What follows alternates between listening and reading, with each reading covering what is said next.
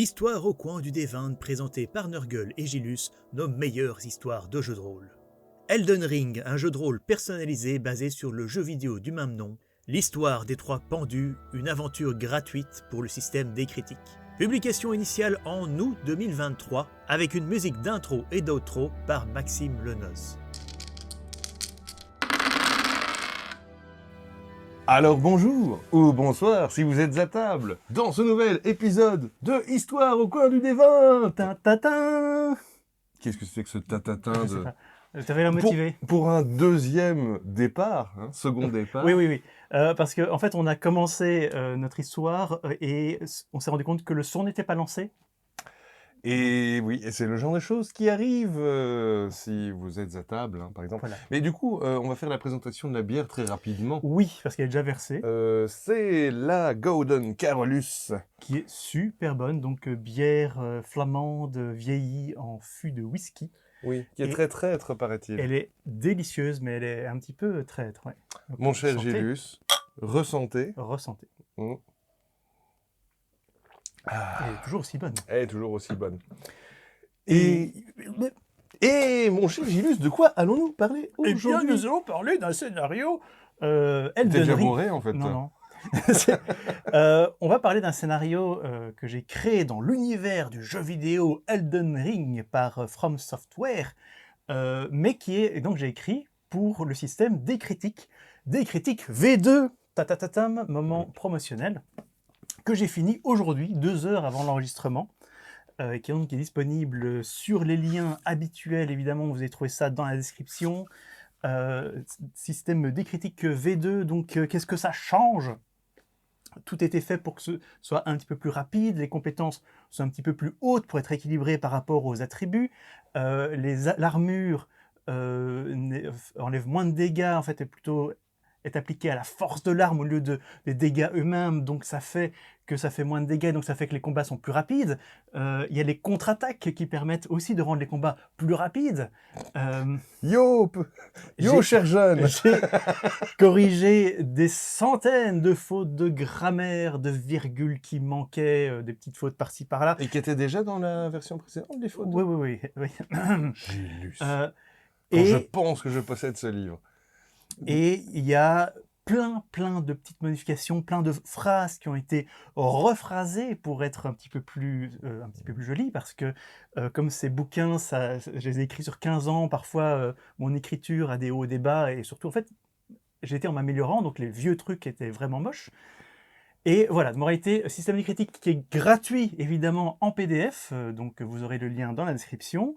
Et il y a le bouquin des règles complètes 1 et 2 maintenant, en PDF, que j'ai fait, c'est un peu plus facile.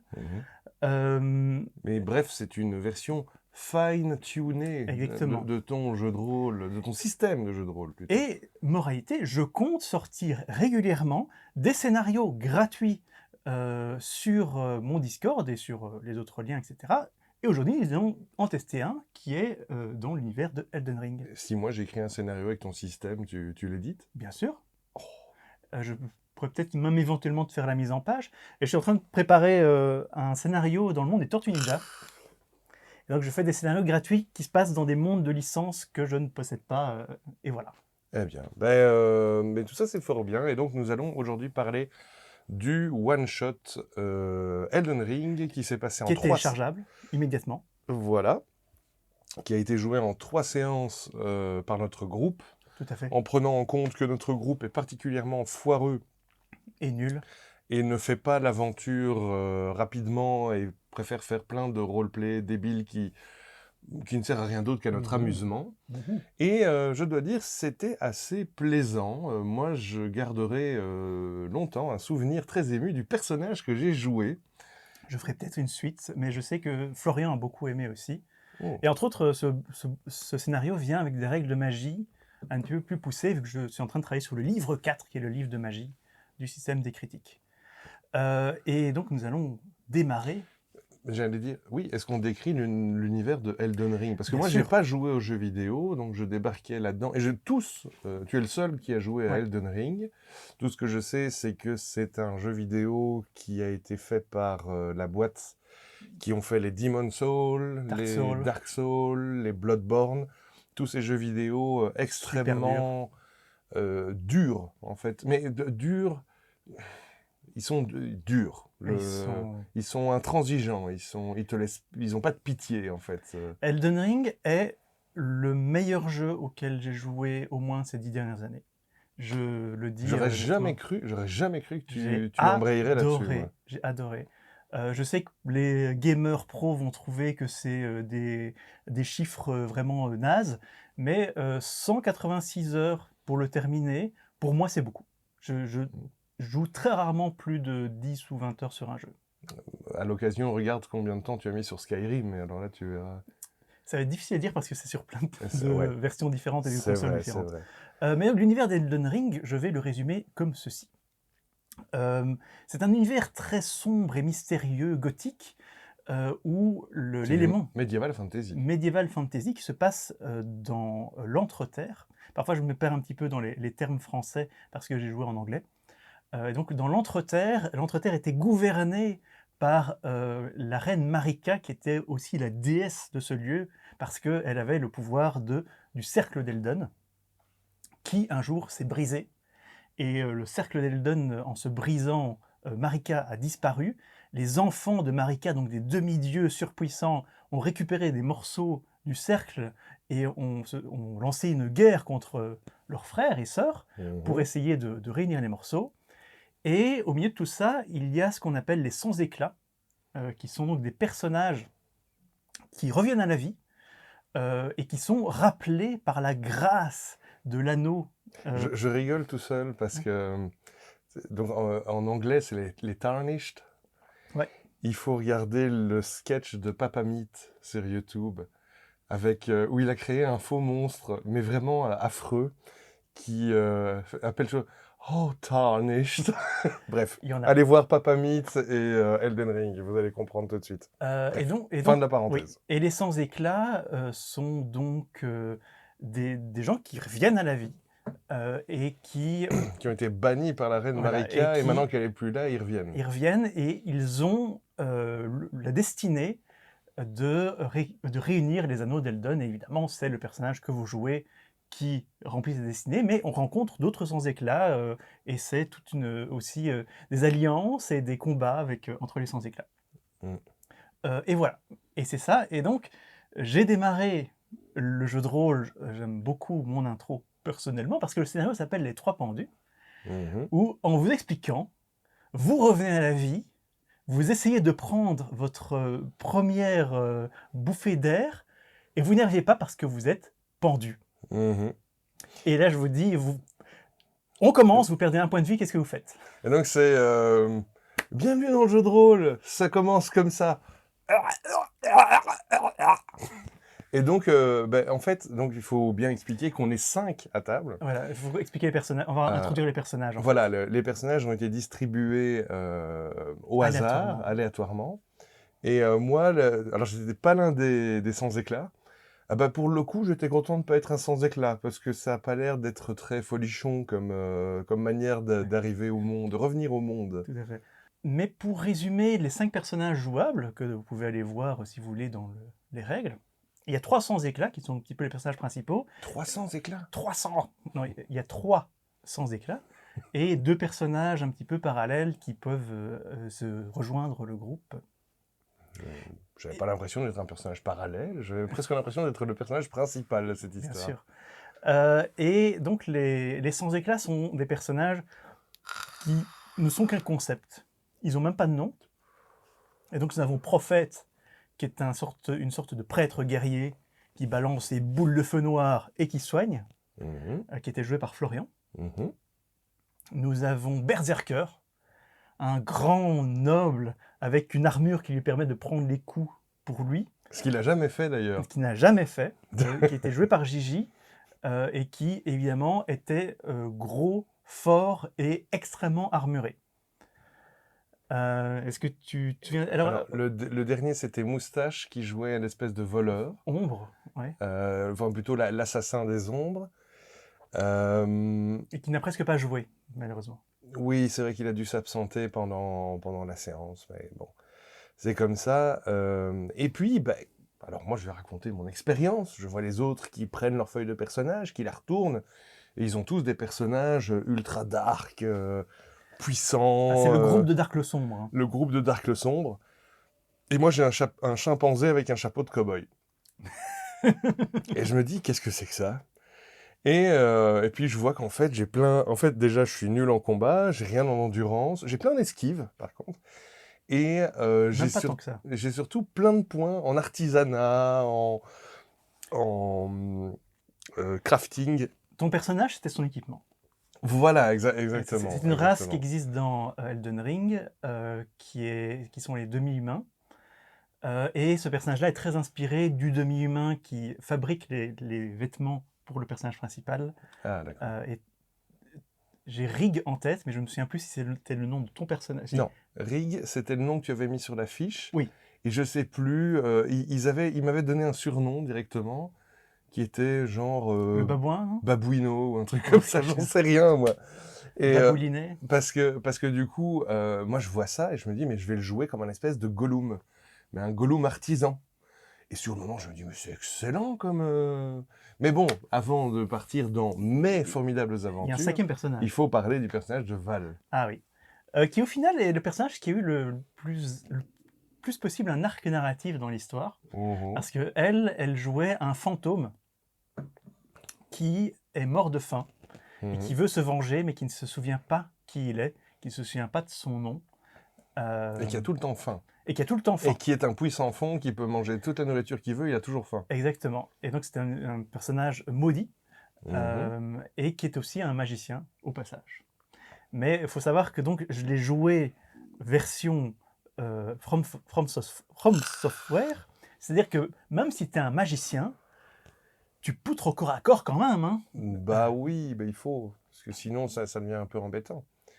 Mais donc, comment a commencé cette histoire? Déjà, en fait... Ah oui, ça commence par...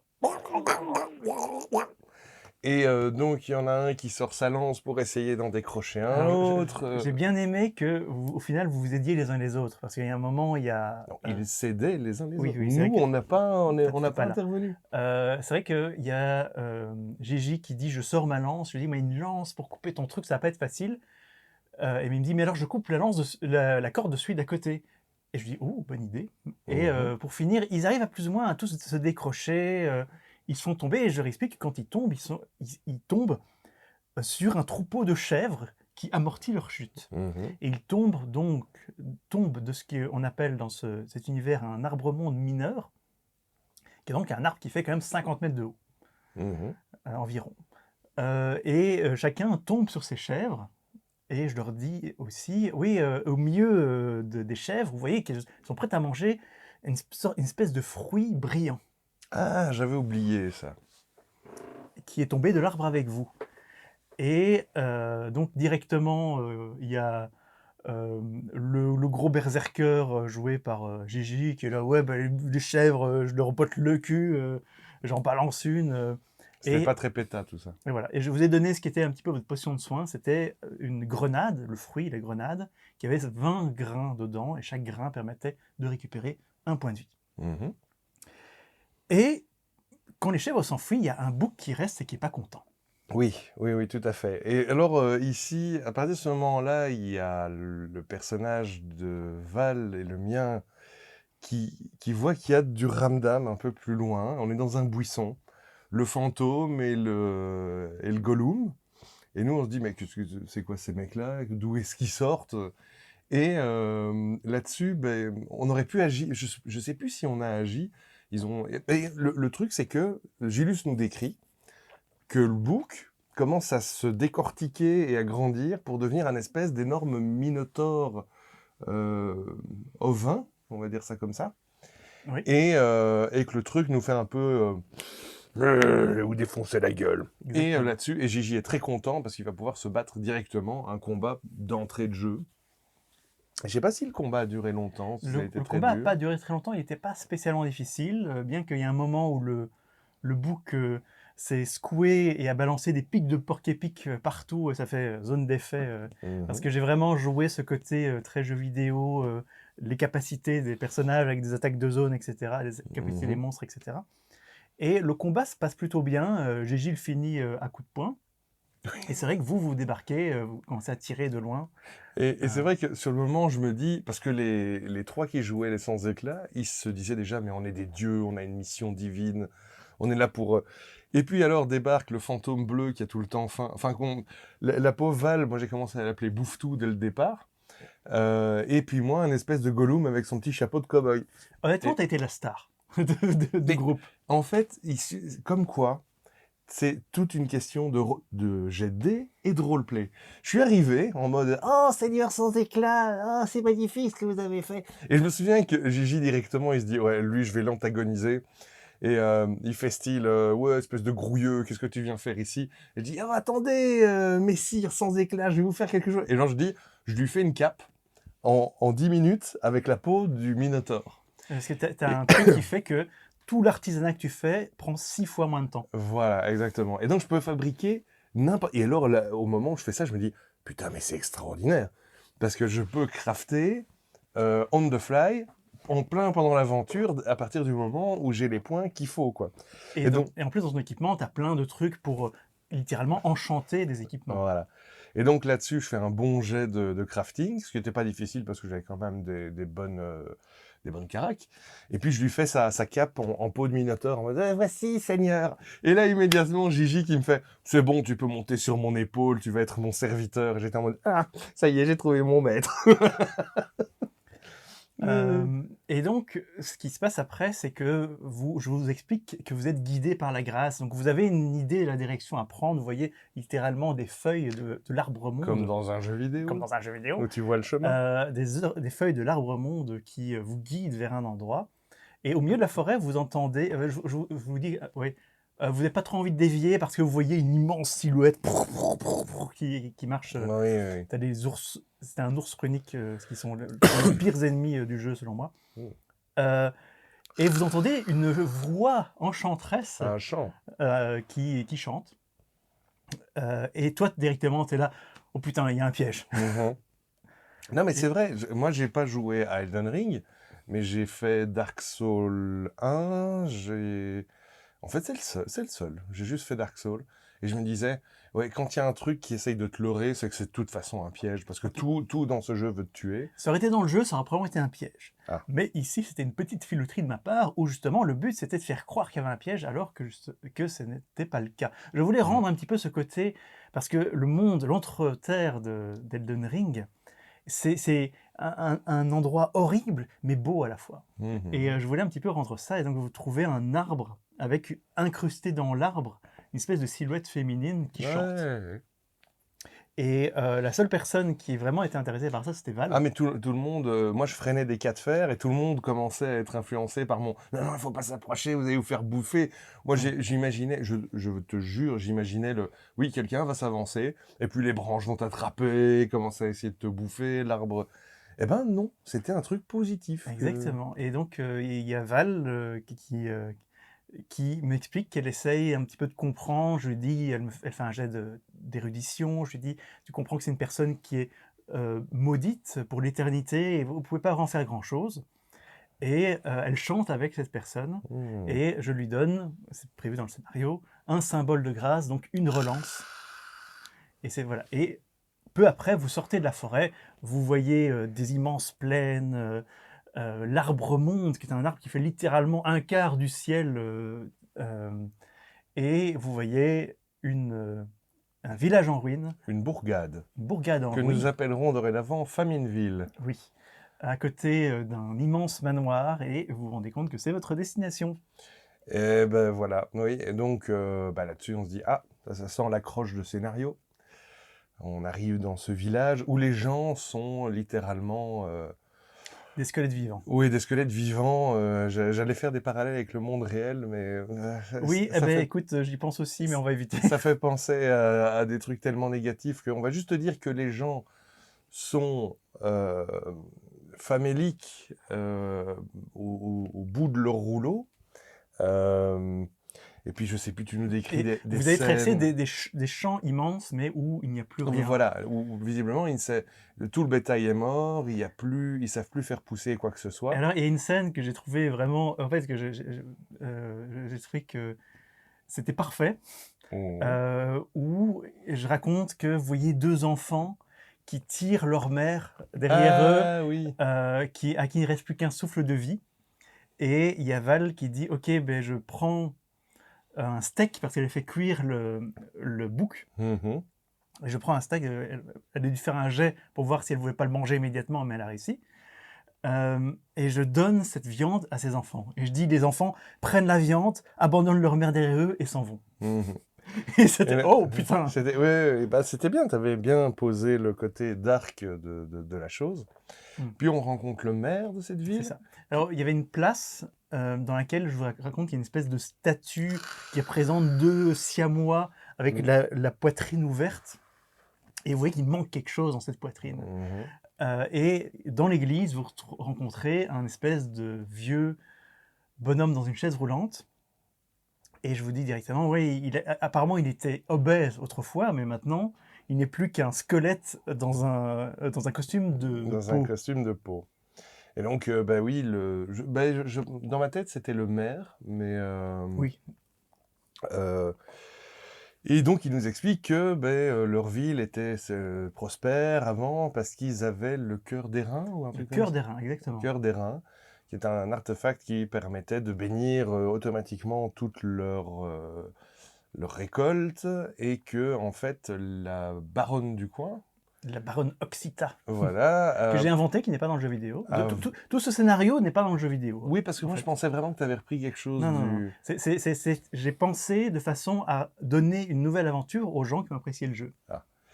Et que donc la noble femme du coin, pour une raison qu'on apprendra peut-être un peu plus tard, quoique même si c'est juste elle est méchante, Il y a un peu de ça, oui. a volé le cœur d'airain et en gros elle concentre maintenant toutes les bénédictions du cœur d'airain dans son château.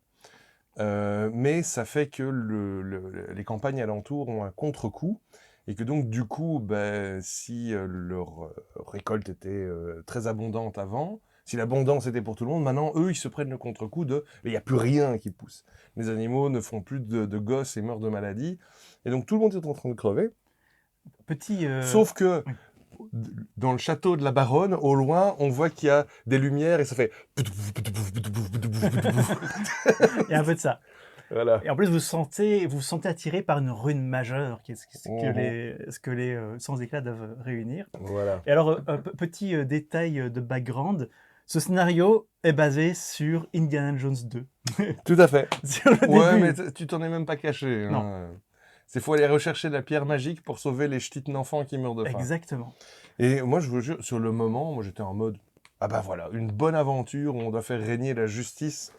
J'étais très content. Quoique les autres, ils étaient un peu en mode, on veut juste la rune majeure. Enfin, Alors, les aventuriers cyniques, tu vois. et donc, vous me dites, bon, on y va directement. Je suis là, oui, mais il vous manque encore des points de vie, il vous manque encore... Oui, encore une fois, c'était, on y va. Oui, mais la nuit tombe et puis vous peut-être... Vous voyez rien. C'est un petit peu chiant pour Tu moi. sais que ça m'a fait penser à Rêve de gloire. Hein, on en revient aux histoires au camp du Devin précédent. Avec, oui, on arrive dans le nouveau quartier, le soir est tombé, on doit faire un casse. Et même moi, je pensais vraiment que vous alliez aller faire du repérage, que vous alliez passer 1 ou 2 jours là. Vous étiez quand même toléré par les fauves et vous étiez déguisé. Et puis c'est non. On y va, on fait la mission. Bim bam boum.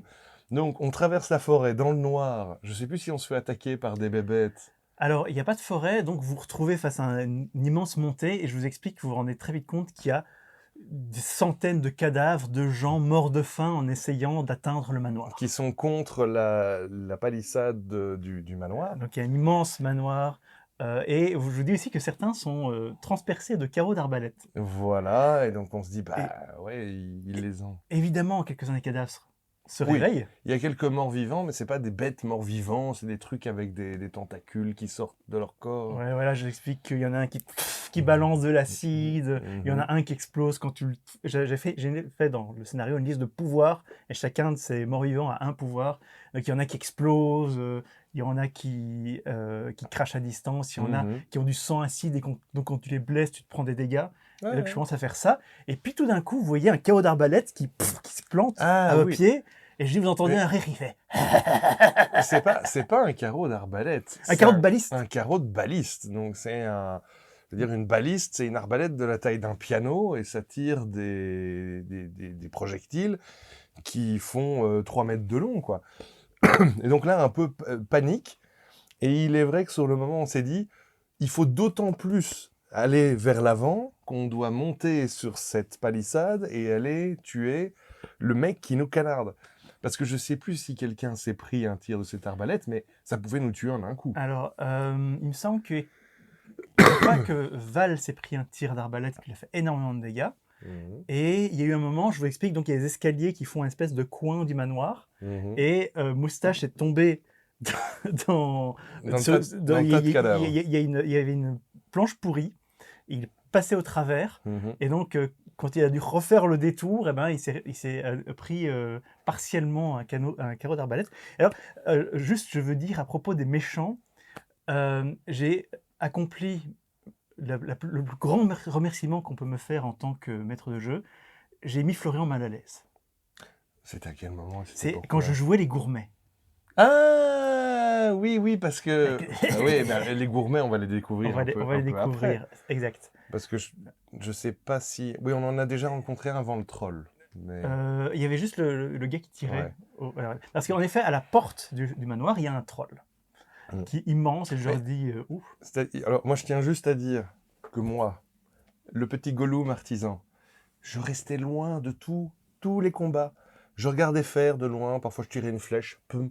Et dès que j'avais 10 minutes, je fabriquais des flèches enflammées, je fabriquais des potions, je fabriquais des trucs. Et alors, je me suis rendu compte que j'avais aussi des pouvoirs pour aiguiser les armes de mes camarades, pour leur donner des pouvoirs spéciaux. Je suis devenu le meilleur ami du groupe, Bien mais sûr. vous n'avez pas idée. Et c'était tellement satisfaisant. Et en plus, j'avais même pas trop à me mouiller dans les combats. Mais donc finalement, on arrive à grimper le long de cette palissade pour arriver au sommet des fortifications Ouais, autour enfin, du manoir. En fait, en dessous, parce qu'il y avait une porte d'entrée Ah. qui était en haut d'escalier. Et c'est là qu'on est tournant. tombé sur le Et troll. je vais tomber sur le troll. Alors, en gros, il y a une herse qui nous empêche de passer.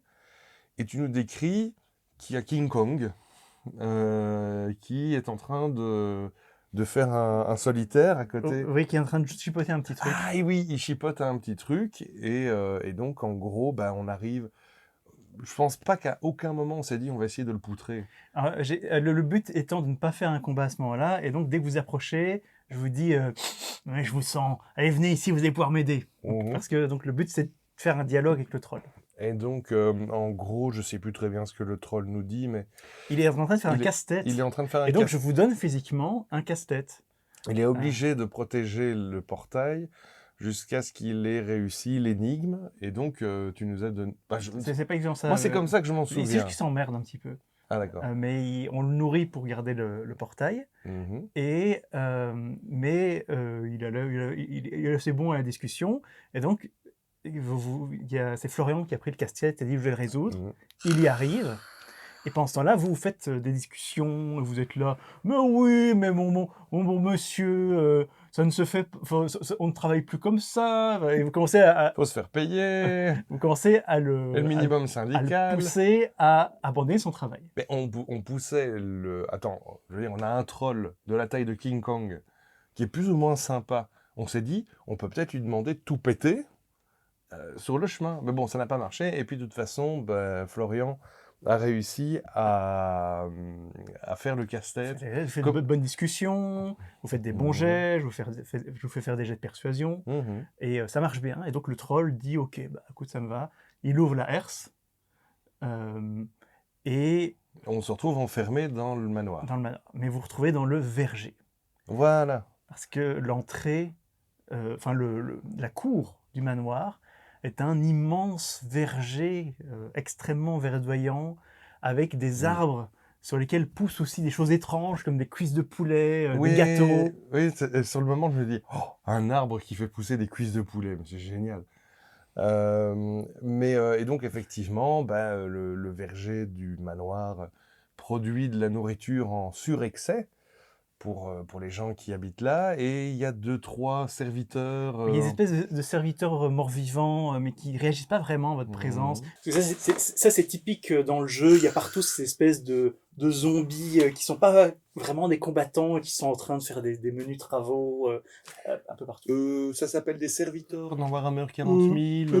Je t'emmerde. Bref. Moi, je dis tout le monde a tout copié de Warhammer 40 000 et Warhammer 40 000 n'a rien copié. Non, ça, on peut vraiment pas le dire. Et alors, petit détail, petit moment, je crois qui vous a fait plaisir.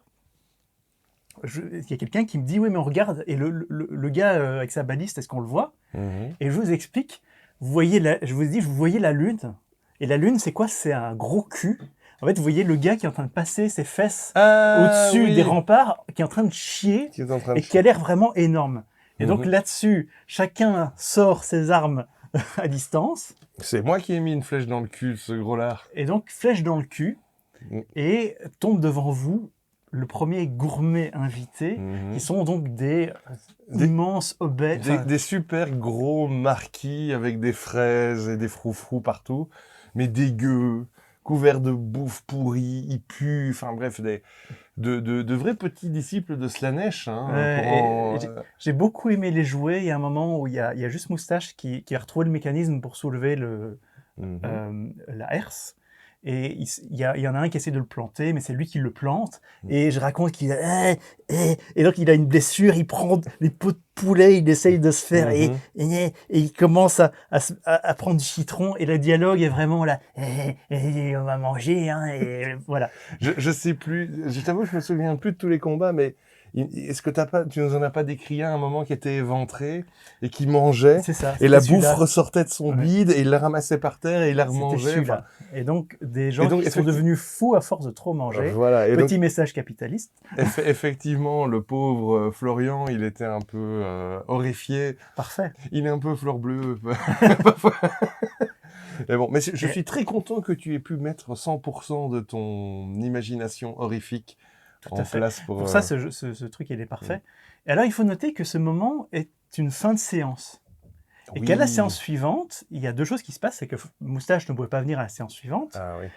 Et Gigi, je crois. Gigi était en retard.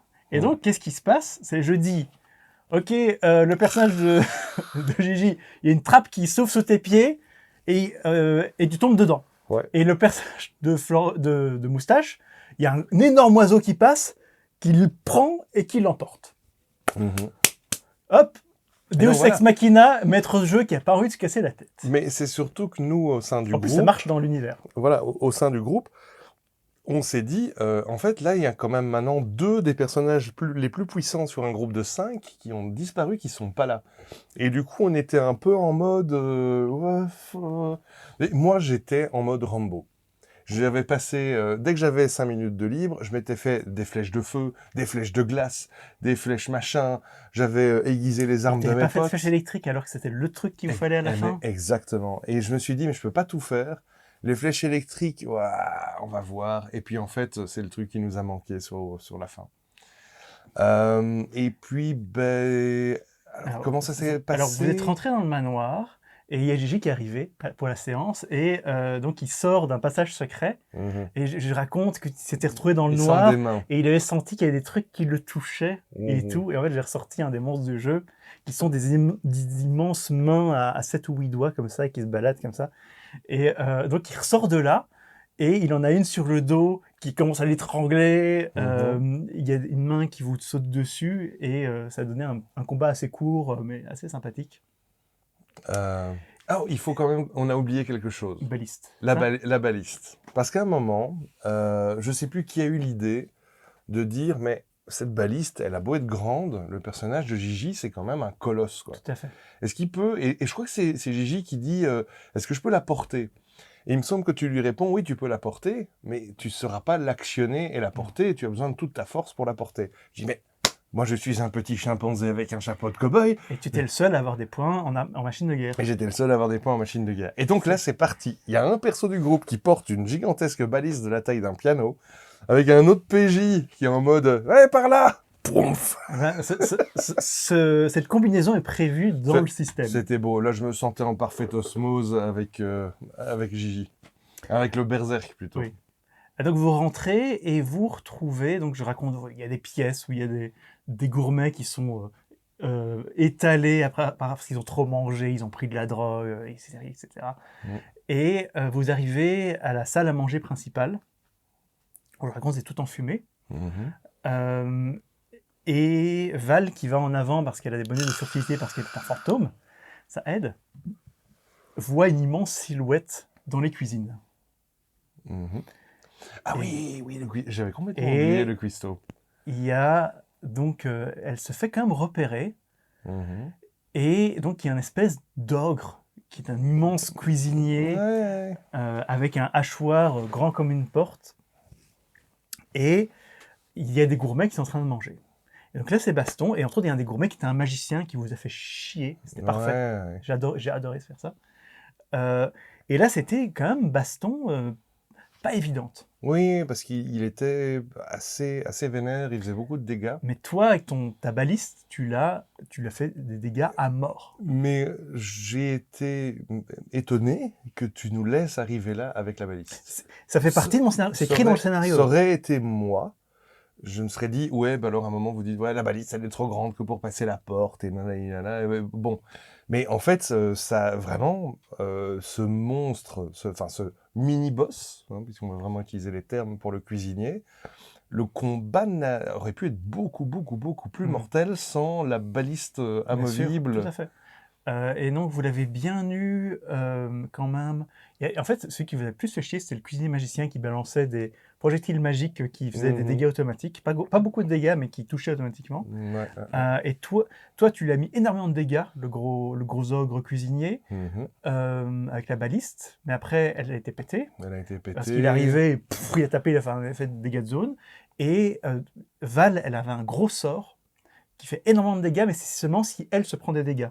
Et ça lui a fait aussi énormément de dégâts. Avec des épées qui sont au-dessus de sa tête, et si on la frappe... Pour ceux qui ont joué au jeu, vous reconnaîtrez. Voilà. Et entre ces combinaisons, vous arrivez à quand même bien l'avoir, mais avec tout ça, vous bouffez votre grenade, vos graines de grenade, vous les bouffez, et vous n'avez plus rien. On n'a presque plus rien. Et je me souviens, c'est un détail, c'est peut-être un détail pour vous, mais pour moi, ça veut dire beaucoup. J'avais plus de quoi aiguiser les armes de mes potes. Et alors, il était mis, oui, sauf si le joueur trouve de quoi aiguiser les armes.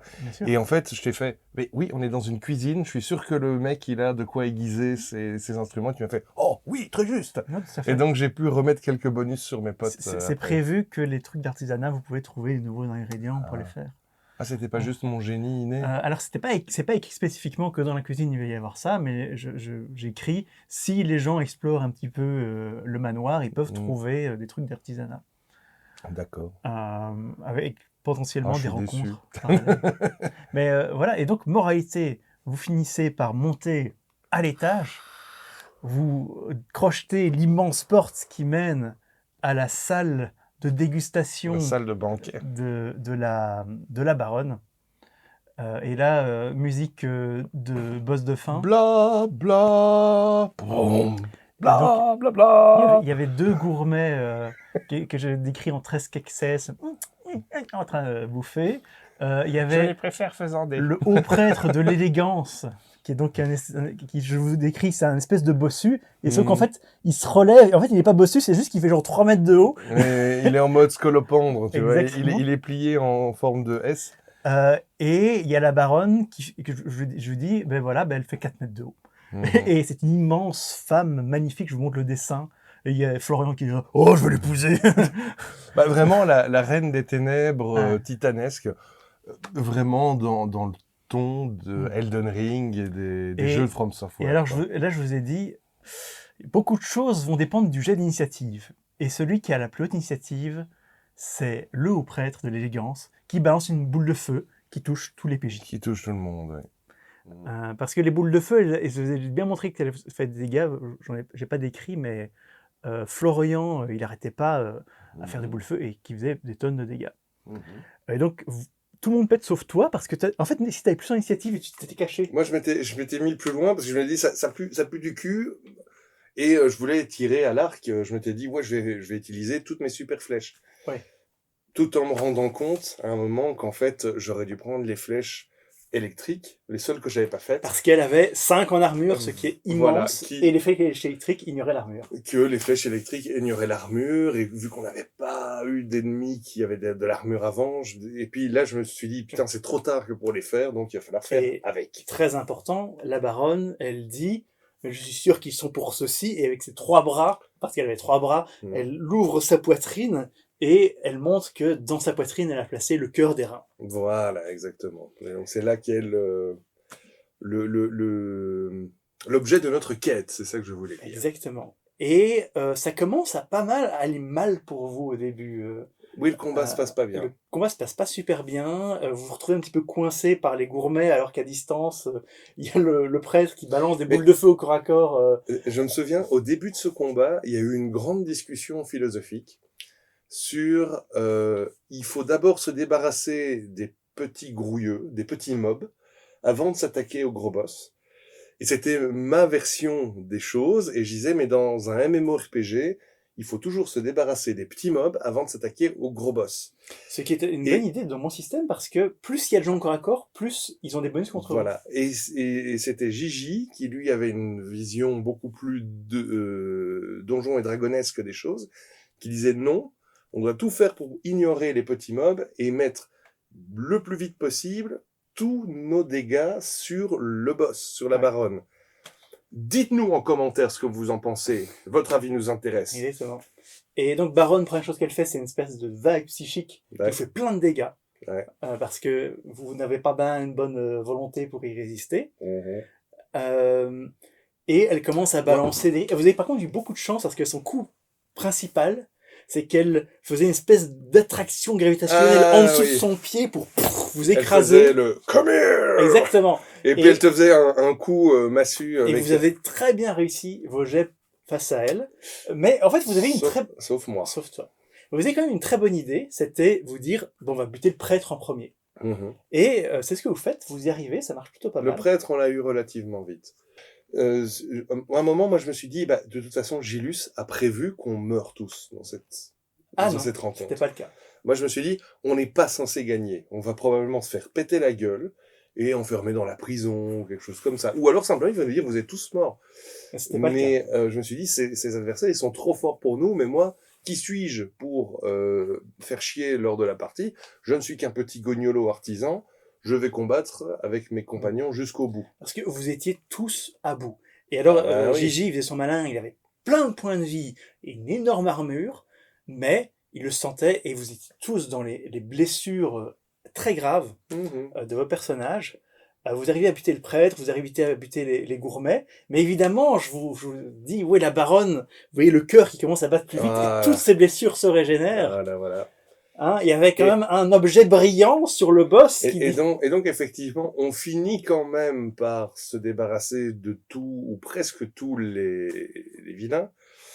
Et puis, l'heure est venue pour le véritable héros de cette aventure, de faire quelque chose. Et je dis, foutu pour foutu, je prends une flèche explosive, j'allume la flèche explosive, et j'explique, je vise vraiment le cœur des reins qui est dans la poitrine de la baronne, quoi. Alors, je sais pas si c'était un jet de ma boule ou si j'avais en plus dépensé C'est jet de dégâts de ma boule, en tout cas. Voilà. Et donc, en gros, je fais exploser la poitrine de la baronne avec le cœur des reins qui se casse, qui tombe un peu en morceaux, quoi. Et là-dessus, elle reprend son apparence. Et voilà. Et alors, là-dessus, tu vois, tout le monde est en mode « Oh, le gognolo, il a fait un truc de ouf !» Et là-dessus, la baronne perd de sa superbe, puisqu'elle devient une gigantesque femme en léger surpoids. Vous irez voir les illustrations. Bah, tu vas les mettre, de toute façon, les illustrations. C'est dans le... Ouais. Et donc, en gros, la belle, grande et féroce baronne passe en mode grand immonde de Nurgle. C'est un peu l'idée. Et puis tu me dis, là, elle est vraiment pas contente. Et je me dis, ah, ok, bon, bah, c'est à ce moment-là, je me suis dit, ça y est, je vais apprendre, elle va m'apprendre la gravité comme on apprend à un cafard, en l'écrabouillant. Et donc, il me fait le coup du come here! Et Elle évidemment. écrase son talon. Et elle m'écrase de son énorme talon. Et je sais plus comment j'ai survécu, Alors, en fait. donc tu perds pas assez de points de vie pour mourir sur le coup. On fait un jet de blessure grave dans ma table, qui est potentiellement très mortel.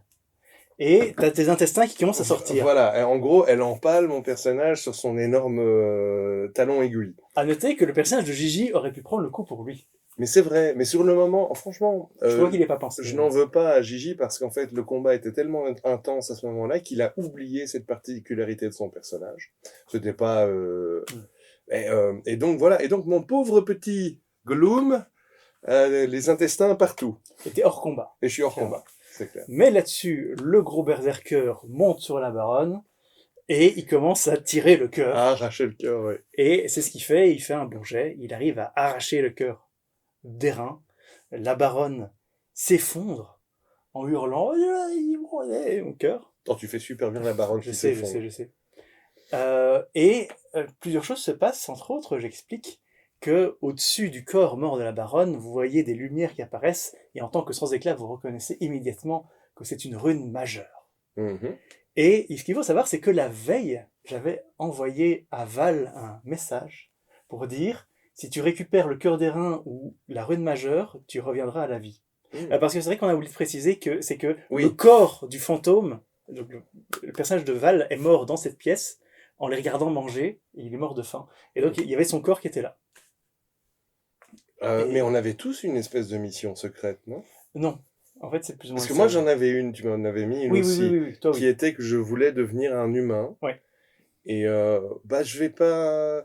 Je t'avoue que sur le moment, je me suis dit, mais la mission du fantôme semble un peu... Enfin, j'allais pas trahir tout le groupe. Je t'ai aussi envoyé un message pour te dire, si jamais tu trafiques le cœur d'airain, tu peux l'utiliser pour devenir humain. Eh ben, sur le moment, je n'ai rien fait de ce goal. Je me sens très bien en tant que chimpanzé avec un petit chapeau de cow-boy. et donc, oui, ben, c'est comme ça que... Il y a eu un jet opposé de rapidité entre Gigi et Val. Oui, parce que Gigi, lui... Alors, Gigi, comme d'habitude, il était en mode, bah non, on va utiliser ça pour augmenter notre propre puissance. Et alors, moi, j'étais en mode, mais pensez à tous les enfants qui meurent de faim. Mais rien à branler, on va devenir plus fort. Et puis alors, t'as Val qui est en mode, non, c'est pour moi. Et effectivement, il y a eu un combat final pour savoir qui l'a eu. Elle a pris la rune majeure, et je lui raconte qu'elle est revenue à la vie, elle a eu des pouvoirs et tout. Et le cœur d'airain, je vous explique. Et qu'est-ce que vous allez en faire maintenant? Ah oui, toi tu le répares. Moi, j'ai réparé. Tu veux le fond? Mais c'est le fond, hein, parce qu'il y a plus grand chose. C'est un jet difficile, mais tu arrives à réparer le cœur d'airain. Oui. À le rafistoler, j'en ai pas fait quelque chose d'extraordinaire. Et je vous dis, mais qu'est-ce que vous en faites maintenant? Parce que, je vous explique, vous pouvez vous l'implanter, et c'est très puissant. Eh ben oui, et en fait, encore une fois... Aucun impact négatif à faire ça. À part moral. C'est vrai que tu nous as vraiment fait si vous laissez crever tous les gens du village, eh ben il ne se passera rien. Ce jeu est cruel. Et encore une fois, et c'est pas la première fois qu'il y a ça, il faudrait peut-être que tout le monde... Enfin, maintenant, quand Moustache est là, c'est encore différent, parce que Moustache a aussi... Mais là, il y avait juste Gigi qui était en mode, mais on s'en branle de ces gens, on leur doit rien, on prend ça pour notre propre puissance, on a une mission qui est divine, et quelque part, ça se vaut, ce qu'il disait. Et en fait, tout le reste du groupe, parce qu'il y avait d'une part moi, qui était parti en mode « Oui, mais moi, si je fais ça, je serai moins humain que jamais, alors que si je sauve ces petits-enfants qui ont faim, peut-être que ça fera un peu plus de moi un humain. » Il était vraiment en mode « Putain, espèce de misérable merde. » Et le fantôme de Val, qui était plein de reconnaissance, parce que il venait de redevenir un être humain. Moustache n'était pas là. Et Florian qui joue quand même le pèlerin, qui est un personnage relativement bon pour un sans éclat. Donc on a décidé de rendre le cœur d'airain aux gens je mets la musique d'Indiana Jones. Ta ta ta ta ta ta ta ta ta ta ta. Et donc les enfants viennent vous accueillir. Eh ben, Et vous remettez le cœur d'airain dans la statue de Siamois et tout commence à et repousser. tout commence à repousser. Et vraiment, et Gigi, il était dégoûté. Et toi, tu t'en as encore remis une couche, t'as encore tapé sur le clou en disant, et tout ça ne vous rapportera rien. C'est le Et, but. et je suis désolé, n'arrive pas à y croire. Je suis sûr qu'un jour, on retournera dans ce village et qu'ils feront, ah oui, c'est vous qui avez ramené le cœur d'airain. Tu peux pas faire autrement. Dans cet univers, c'est un monde qui est en décrépitude. Et donc... Mais non, mais c'est votre manière de faire des jeux de rôle qui est en décrépitude, monsieur Gilles. alors, c'est écrit dans le scénario. Ils peuvent rendre le cœur au village, mais ça ne rapporte rien. Ah, bah, si jamais c'est trop chiant, on ira le revoler. Si là-bas on a pu le faire, on peut le faire aussi. C'est vrai, c'est tout à fait vrai. Et voilà, et donc à nouveau, c'est un scénario qui ne reprend, à part certains concepts vagues et certains monstres de base, c'est un scénario complètement original dans l'univers, et je pense que j'arrivais à rendre quelque chose qui donne l'ambiance d'Elden Ring. Tu sais, quand tu décrivais les murailles du château, où tu as les centaines de cadavres de gens affamés qui s'entassent les uns sur les autres, je revoyais Dark Souls, je revoyais ce que j'ai vu de Bloodborne. C'est un style, les jeux de From Software. Ouais. Et ouais, non, mais j'ai adoré. Et donc, Voilà. Donc j'espère que cette petite histoire vous a plu. Si vous êtes maître de jeu et que vous voulez faire tester ce one-shot à vos joueurs, tout est disponible dans la description. Si jamais vous connaissez le système des critiques, mais que vous voulez passer à la V2, il y a un document qui s'appelle Passer de la V1 à la V2, qui explique un petit peu, grosso modo, les changements principaux. Bah, de toute façon, la V2 dans son entièreté... Et la V2, dans son entièreté, est disponible, est téléchargeable. Et il y a plein... J'ai rééquilibré les armures, j'ai rééquilibré les armes, j'ai changé, mais plein de petits détails partout. Il y a des compétences parties plat. Et si vous étiez dérangé par les terribles fautes d'orthographe de la première édition, eh bien là, vous allez être ravis, mes chers petits amis. J'espère. Et sinon, moi, effectivement, sur ce jeu de rôle, c'est passé en 3 séances, je n'ai pas grand-chose de plus à dire, pour que c'était bien agréable. Une petite aventure en droite ligne vers un donjon avec un grand méchant, ça fait pas de mal. Ouais. Et je pense que ça a un petit peu réembrasé mon amour des personnages qui craftent, qui sont des personnages de soutien, qui font des broles pour les autres. C'est assez sympa. Moi, j'aime tellement ça. Mes règles de craft dans le système des critiques, elles font 50 km. Ah, bah, voilà. Et donc, je ne sais pas si tu as quelque chose d'autre à dire. Non, je pense qu'on a fait un peu le tour. Vous aurez plus de nouvelles. Je vais sortir, bien entendu, bientôt une vidéo pour vraiment présenter officiellement la V2 du système des critiques, où je réexpliquerai le système et je dirai un petit peu les modifications. Mais ça a été un immense travail de refaire ça. Même si, honnêtement, vous ne le verrez pas. Parce que, globalement, c'est la même mise en page. Mais j'ai changé tellement de choses que vous n'imaginez pas. Et puis, on essaye de vous revenir le plus tôt possible avec la suite de Rêve de gloire. Probablement, ouais, donc Brigandine. Puisque dès demain, je ne sais pas quand l'émission va sortir, mais dès demain, on continue Brigandine, Rêve de gloire. Globalement, l'été, c'est toujours un moment où c'est difficile de se réunir. Voilà, comme d'habitude, l'été, entre ceux qui partent en vacances, ceux qui ont plus de boulot, moins de boulot, c'est très difficile, mais... On a encore du jeu de rôle sous le coude et on vous revient bien vite, chers amis, et là-dessus on vous dit à la prochaine! Vivez bien et vivez avec passion.